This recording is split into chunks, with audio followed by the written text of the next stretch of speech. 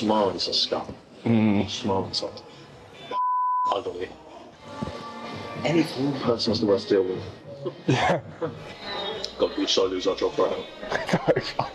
And the ones that rape women, you do the and let them bleed out. I've seen too many Islamics committing crimes. Their way of life is not the correct way of life. Either put a bullet through his head or deport him. Ring the buzzer for anything else, yeah? He's got his boat right. He's just gone.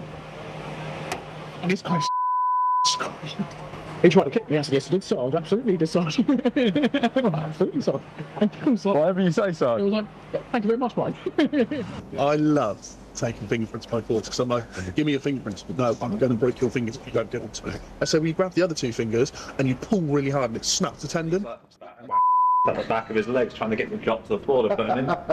He's just smashing his head off the top. I was like, alright, fine. Never got a complaint. Trust here. Hey, how you going? You're new boy. Someone new joins. Oh, no. You've got to figure them out, but you can't say. Don't start hitting your head for being stupid. I don't care about you. Got a lot of check too. That's the real one, and then the fat one. She's pregnant, tried to kill her baby. It's in the stomach. That's what she says.